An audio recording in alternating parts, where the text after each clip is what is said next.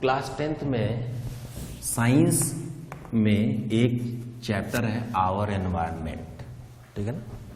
आज हम वही वाला चैप्टर शुरू करेंगे, आवर एनवायरनमेंट वाला। एनवायरनमेंट के बारे में क्लास 10th के पहले छोटी क्लासेस में भी बहुत सारी बातें बताई गई हैं। 9th क्लास में भी इसके बारे में बताया जाता है, घरों में भी, टेलीविज़न में भी, न्यूज़पेपर में भी। पेरेंट्स भी बताते हैं कि एनवायरनमेंट बड़ा ख़राब हो रहा है, एनवायरनमेंट में पॉल्यूशन हो रहा है, ठीक है।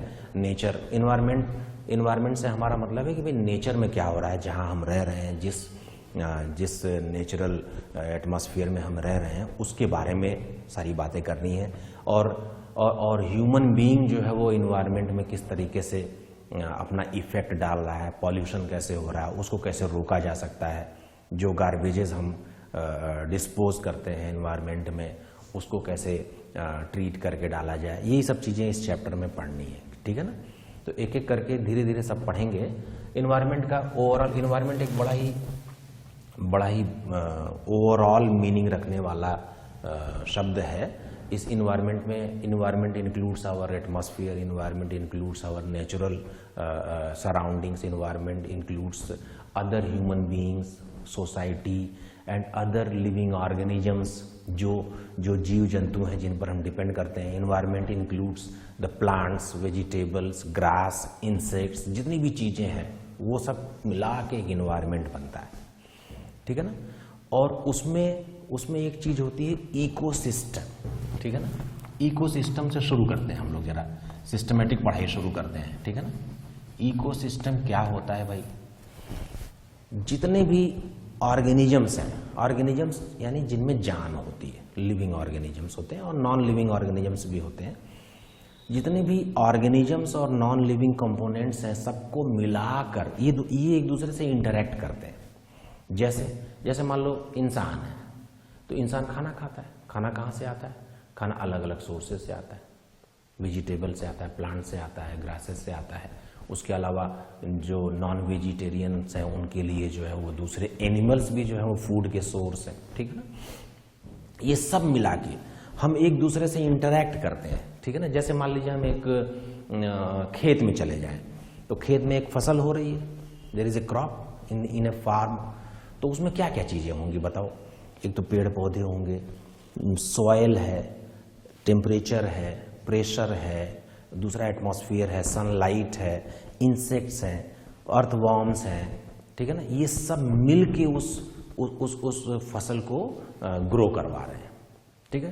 फिर वो फसल होएगी, उसमें से ग्रेन्स निकलेंगे, उस ग्रेन्स को प्रोसेस करेंगे, फिर वो हम तक पहुंचेगा, कंज्यूमर्स तक, ठीक है ना। तो एक इकोसिस्टम क्या है? जब सारे organisms all together, if they interact with the non-living constituents of an environment, then all these in total form an ecosystem. What is ecosystem?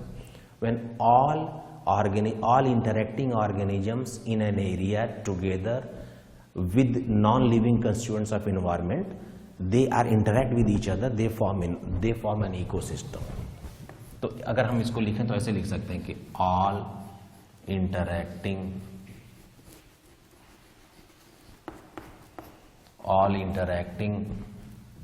organisms in an area all together with non-living constituents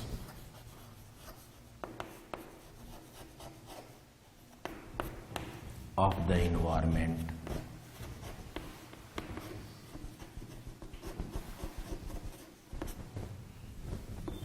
form an ecosystem.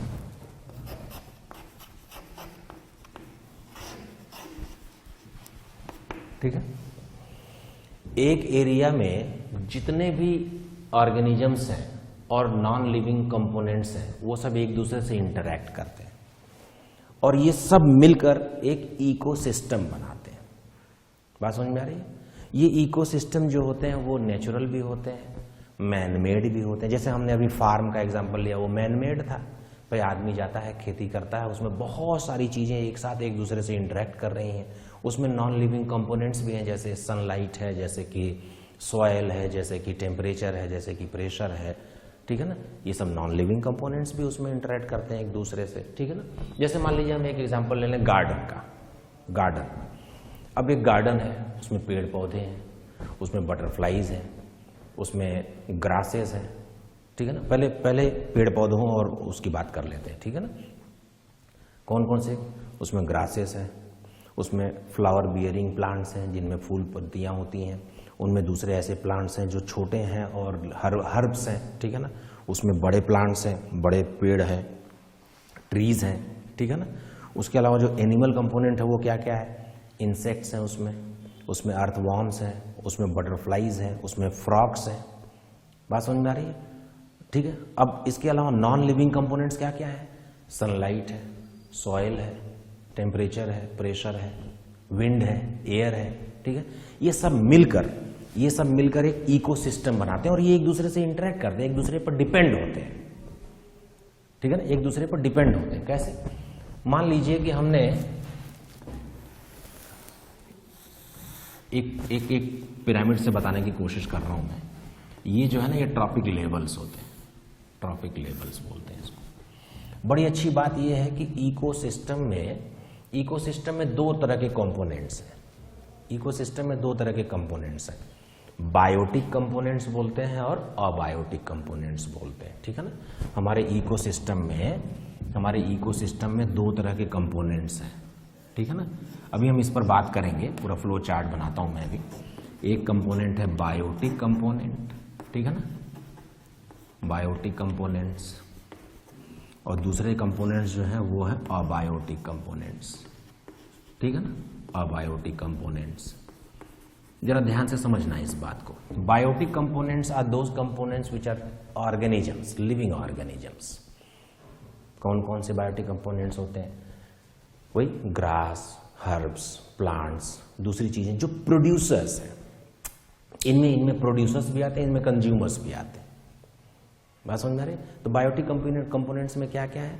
जो organisms हैं, जिनमें life है, जैसे herbs हो गए, grass हो गए, plants हो गए, ट्रीज हो गए, फ्रूट्स हो गए, और यही नहीं, एनिमल्स, अर्थवॉर्म्स, इंसेक्ट्स, दूसरे एनिमल्स, इवन ह्यूमन बीइंग, सारे इंसान सब मिलके बायोटिक कंपोनेंट बनाते हैं।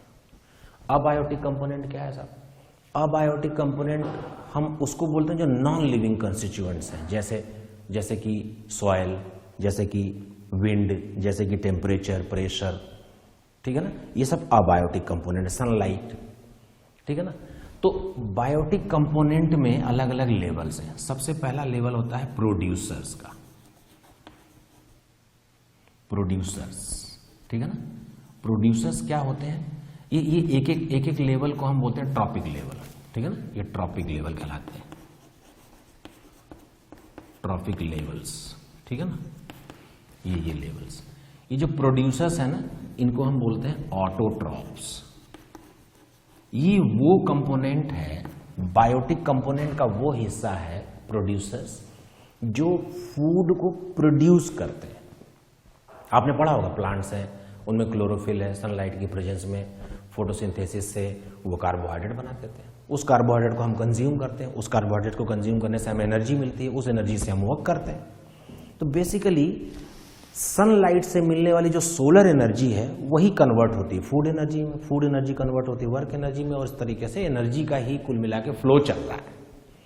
जो प्रोड्यूसर्स है वो नॉन लिविंग कंपोनेंट से, सॉइल से, टेम्परेचर की सहायता से, प्रेशर की सहायता से, विंड की सहायता से, सनलाइट की सहायता से फूड बनाते हैं, खाना बनाते हैं। और वो खाना सब खा रहे हैं। कौन खा रहा है? एनिमल्स खा रहे हैं, दूसरे इंसेक्ट्स खा रहे हैं, दूसरे जो उन एनिमल्स को, कुछ एनिमल जो ये खाना खाते हैं, ग्रास वगैरह खाते हैं, घास वगैरह, उनको दूसरे एनिमल्स खा जाते हैं, ठीक है ना। इंसान सबको खा जाता है, वो जानवरों को भी खा जाता है, ग्रास को भी खा जाता है, सब्जियों को भी खा जाता है, फलों को भी खा जाता है। तो इंसान तो सर्वाहारी है, उसको बोलते हैं ओमनीवोर्स, ठीक है ना। सबसे अच्छी बात क्या है इस नेचर की जो ब्यूटी है कि प्रोड्यूसर्स बहुत ज्यादा है, यानी खाना बनाने वाले जो कंपोनेंट्स हैं वो इस धरती पे सबसे ज्यादा अमाउंट में है, सबसे ज्यादा क्वांटिटी में। तरह तरह के पेड़ पौधे हैं, तरह तरह की घास हैं, तरह तरह की जड़ें हैं, तरह तरह के ट्रीज हैं, तरह तरह के फ्रूट्स हैं, ठीक है ना, बात समझ में आई। और तरह तरह के जानवर हैं जो इन घासों को, इन फलों को, इन ट्रीज को खाते। और उसके बाद जैसे जैसे हम चेन में ऊपर बढ़ते हैं, ऊपर हैं कंज्यूमर्स। कंज्यूमर्स कौन होते हैं? जो प्रोड्यूसर्स के द्वारा प्रोड्यूस किया हुआ खाना खाते हैं। In a sense they are basically getting energy from there, na? So what is the process basically? Producers produce food. How they produce food? They produce food with the help of non-living components in the environment, which are sunlight, soil, wind, temperature, pressure and etc. उस solar energy की सहायता से जिस food को वो बनाते हैं, उसको हम फूड एनर्जी बोल रहे हैं मान लो, उसको कंज्यूम करने वाला जो है वो कंज्यूमर है, और उस एनर्जी को वो चेंज कर लेता है वर्क एनर्जी में। जैसे हमने कोई खाना खाया तो वो जो खाना बना था वो किस पेड़ पौधे ने बनाया था? उस पेड़ पौधे ने बनाया था जो धूप में खड़ा था, उसने फ्रूट बनाया उसका, उस फ्रूट को हमने खाया, मिनरल्स की सहायता से उसने फ्रूट बनाया था।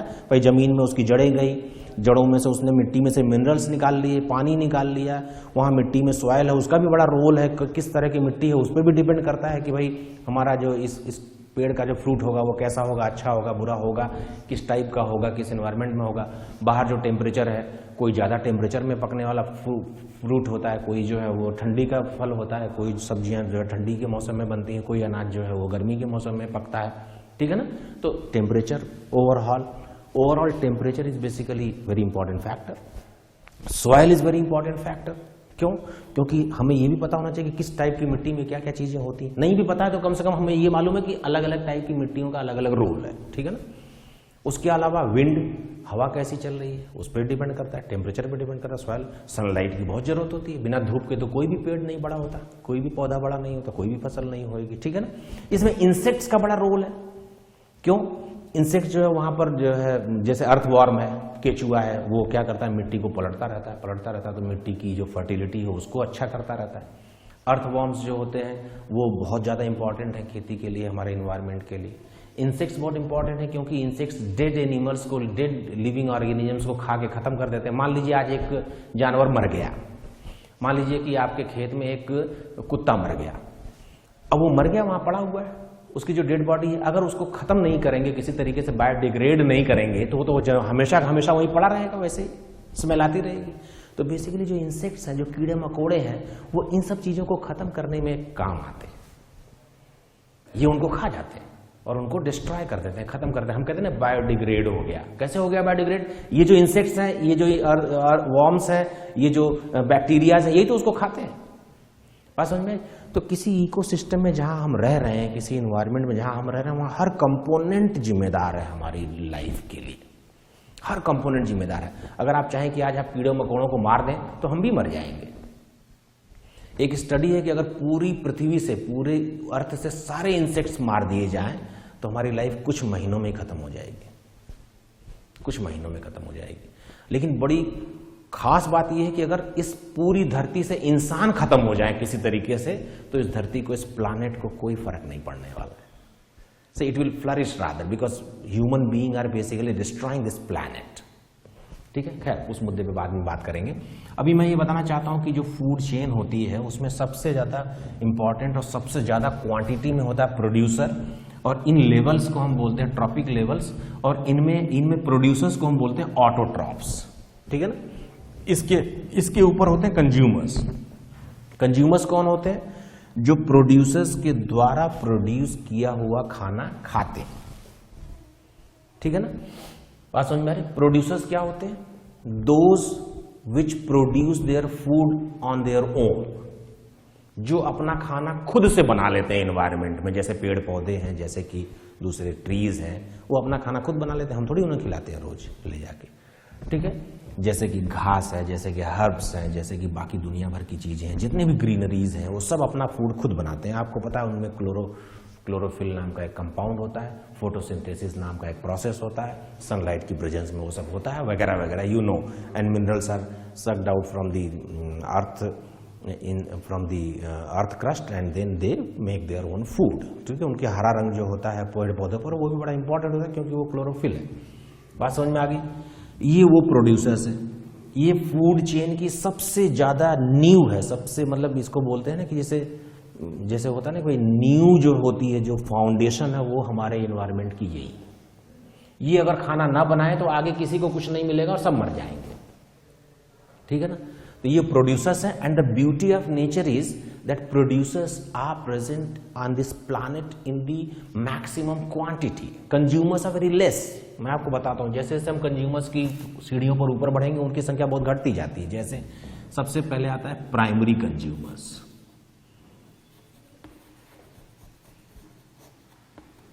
ये consumers are all together called, all the consumers are together called heterotrophs.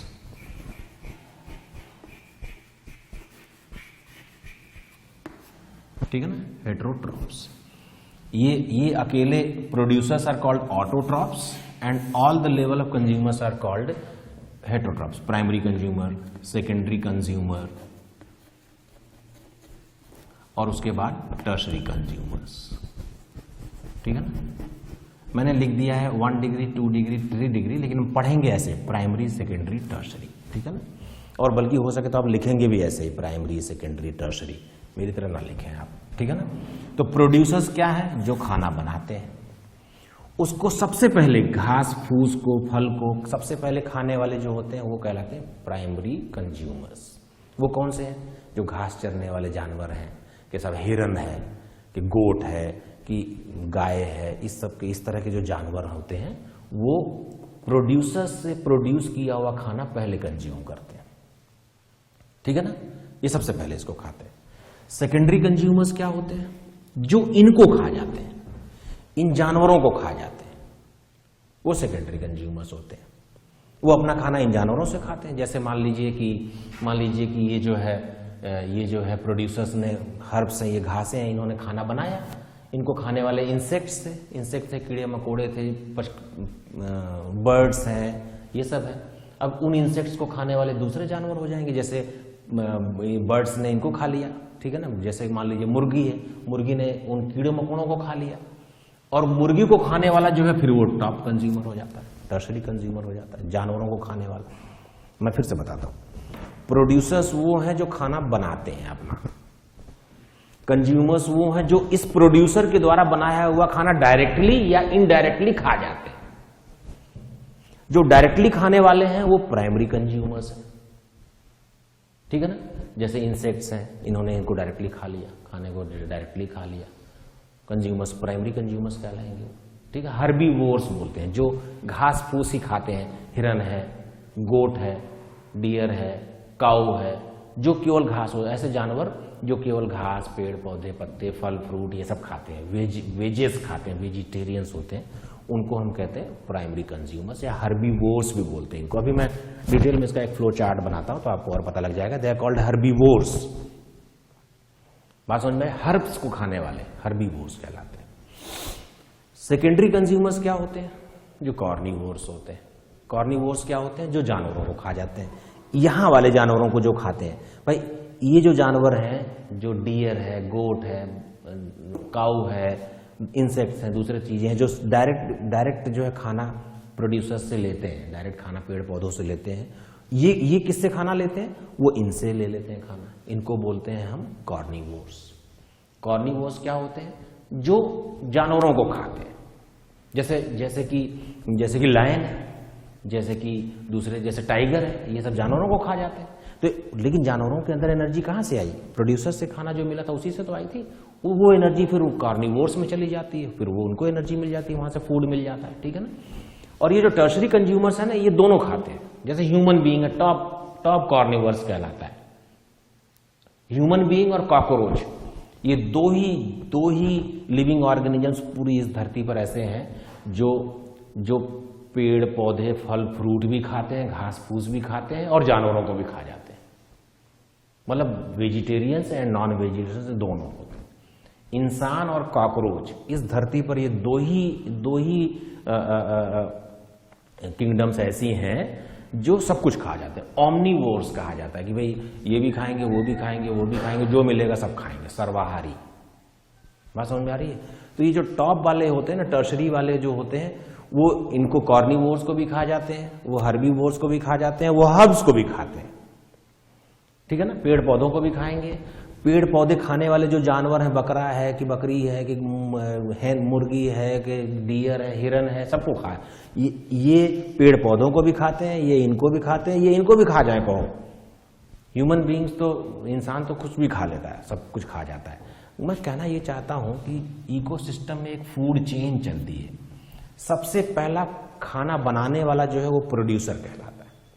अच्छा, इन सब के अलावा एक बायोटिक कंपोनेंट्स में, इन सब के अलावा बायोटिक कंपोनेंट्स में क्या क्या है? बायोटिक कंपोनेंट्स में है प्रोड्यूसर, बायोटिक कंपोनेंट में है कंज्यूमर, और बायोटिक कंपोनेंट्स में एक और बहुत इंपॉर्टेंट कंपोनेंट है डीकंपोजर्स। भाई आपने एक सब्जी ले ली, उसको काट पीट के उसके खाने वाले हिस्से को तो आपने खाया, बाकी आपने फेंक दिया। भाई आपने उसकी डंडी फेंक दी, आपने उसकी पत्ती फेंक दी, आपने उसका फल खा लिया वगैरह वगैरह, छिलके फेंक दिए, उनका क्या होगा? वो तो उसी इन्वायरमेंट में चले गए ना, वो तो उसी एटमॉस्फेयर में चले गए। उनको डिकम्पोज करने वाले जो बैक्टीरियाज हैं वो भी लिविंग ऑर्गेनिजम्स हैं, वो उनको खाते हैं, वो भी, that is also very important factor of the environment. मान लीजिए आपने जो कूड़ा करकट फेंका है, जो चीजें आपने बाहर फेंकी हैं, वो अगर डिकम्पोज ना हो, वो नष्ट ना हो, तो एक दिन पहाड़ लग जाएगा। पता लगा छिलकों का ही पहाड़ लग गया। केले के छिलके, आप केले खाते हो रोज, और आप अपने केले के छिलकों को रोज घर में जमा करो, और अगर वो बायोडिग्रेड ना होते हो, मान लो वो खुद से ही खत्म ना होते हो, बर्बाद ना होते हो, तो एक दिन तो केले के छिलके का पहाड़ बना दोगे आप छोटा सा अपने घर के अंदर, ठीक है ना।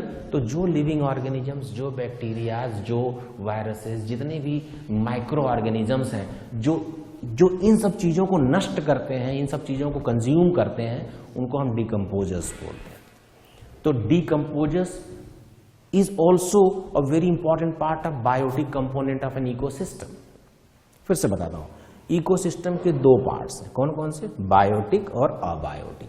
अबायोटिक के बारे में तो मैंने आपको बता दिया क्या क्या है, सनलाइट है कि सॉइल है कि टेम्परेचर है कि प्रेशर है कि मिनरल्स हैं, ये सब अबायोटिक पार्ट है। बिना इनके ये जो प्रोड्यूसर है वो खाना नहीं बना सकता, खाना प्रोड्यूस नहीं कर सकता। प्रोड्यूसर्स क्या होते हैं? Producers are also called autotrophs. ये क्या होते हैं? ये वो कंपोनेंट है इकोसिस्टम का जो खाना बनाता है, ठीक है ना। बायोटिक कंपोनेंट के तीन हिस्से होते हैं, प्रोड्यूसर्स, कंज्यूमर्स और डिकम्पोजर्स। प्रोड्यूसर्स कौन से? जो खाना बनाते हैं। कंज्यूमर्स कौन? जो इस खाने को खाते हैं डायरेक्टली या इनडायरेक्टली। एक जानवर ने फल खाया, एक जानवर ने ग्रास खाया, झाड़ी ये सब खाया, पेड़ पौधे खाए, दूसरे जानवर ने उस जानवर को खा लिया, तीसरे जानवर ने फिर उस और जानवर को खा लिया। इस तरीके से खाना तो यहीं से गया ना कुल मिलाकर। बात समझ में आ रही है? नहीं समझ में आ रही है? क्लियर हो रही बात? और टॉप कंज्यूमर जो है वो ओमनीवोरस है, वो ये भी हर्ब्स भी खाता है, ये भी खाता है, ये भी खाता है, सब कुछ खाता है, ठीक है ना। ठीक है, बात समझ में आई? तो एक इकोसिस्टम, इकोसिस्टम क्या है? All interacting organisms in an area together with non living constituents of environment form ecosystem. Non living constituents कौन कौन से? टेम्परेचर, प्रेशर, सॉइल, सनलाइट वगैरह, उनसे इंटरैक्ट करने वाले जितने भी ऑर्गेनिजम्स हैं कुल मिलाकर, सबको मिलाकर हम एक इकोसिस्टम। इकोसिस्टम आर्टिफिशियल हो सकता है, इकोसिस्टम नेचुरल हो सकता है। नेचुरल कौन सा? फॉरेस्ट में चले जाओ, जंगल में चले जाओ, पेड़ भी है, झाड़ियां भी हैं, घासें भी हैं, जमीन के अंदर के रूट्स भी हैं, जड़ें भी खाते हैं, जड़ें भी हैं, और क्या क्या है वहां पर? अर्थवार्म है, जमीन के अंदर के कीड़े मकोड़े हैं, जमीन के ऊपर चलने वाले कीड़े मकोड़े हैं, इंसेक्ट्स हैं जो उड़ते हैं, छोटे छोटे छोटे छोटे जो कीड़े मकोड़े जो उड़ने वाले हैं वो हैं। उसके अलावा छोटे जानवर हैं जो घास खाते हैं, उसके अलावा बड़े जानवर हैं जो उन जानवरों को खाते हैं, उससे बड़े जानवर हैं जो इनको भी खा जाते हैं। बात समझ में? सबसे ऊपर तो खैर इंसान है ही, सब कुछ खाने वाला, नष्ट करने वाला। लेकिन सबसे अच्छी बात क्या है कि ये जो पिरामिड है वो ऐसे चलता है, यानी प्रोड्यूसर बहुत ज्यादा है, खाना बनाने वाले बहुत ज्यादा हैं और खाने वाले धीरे धीरे घटते ही चले जाते हैं। सब कुछ खाने वाले कि भाई पेड़ भी खा गए, पौधे भी खा गए, फल फ्रूट भी खा गए, हर्ब्स भी खा जाए, जानवरों को भी खा जाए, इनको भी खा जाए, इनको सब कुछ खाने वालों की संख्या बहुत कम है। और इस नेचर की ये ब्यूटी है। जरा इमेजिन करो, प्रोड्यूसर्स कम होते और खाने वाले ज्यादा होते, मर जाते बिना खाए बहुत सारे लोग मर जाते। लेकिन खाना बनाने वाले नेचर में बहुत ज्यादा है, खाना बनाने वाले कंपोनेंट्स बहुत ज्यादा है और खाने वाले कम है। ये इस नेचर की ब्यूटी है, इस नेचर की ब्यूटी है। और इसका कंट्रोल भी रखना जरूरी है। इसीलिए इस इकोसिस्टम में एक दूसरे से सभी इंटरेक्ट करते हैं, और न केवल लिविंग ऑर्गेनिजम्स भी इंटरेक्ट करते हैं बल्कि अबायोटिक कंपोनेंट्स भी इंटरेक्ट करते हैं जो कि नॉन लिविंग है। ठीक है ना, मेरी बात समझ में आ गई। तो ये जो इस पिरामिड में जो प्रोड्यूसर्स हैं उनको हम ऑटोट्रॉफ्स भी बोलते हैं, इनको ट्रॉपिक लेवल बोलते हैं, ट्रॉपिक लेवल्स। ठीक है ना, इनको प्रोड्यूसर्स को ऑटोट्रॉफ्स भी बोलते हैं जो अपना खाना खुद बनाते हैं, और कंज्यूमर्स को हम हेटेरोट्रॉफ्स बोलते हैं जो इनके ऊपर डिपेंड होते हैं, जो इस खाने को खाते हैं, फिर वो उसको खाते हैं, फिर उसको खाते हैं। Ultimately they basically are dependent for the food on producers. और इन सब के अलावा एक और कंपोनेंट है डीकम्पोजर्स। ये भी बायोटिक कंपोनेंट का हिस्सा है, डीकम्पोजर्स। ये क्या करते हैं? ये गार्बेजेस को, छूटे हुए खाने को, मरे हुए जानवरों को, कीड़े मकोड़ों को नष्ट करते हैं। ये decomposers are also very important component of the ecosystem and environment. It is very very very very important part. बात समझ में आ रही है? क्लियर हो रही बात? ठीक है, इतना नोट करो।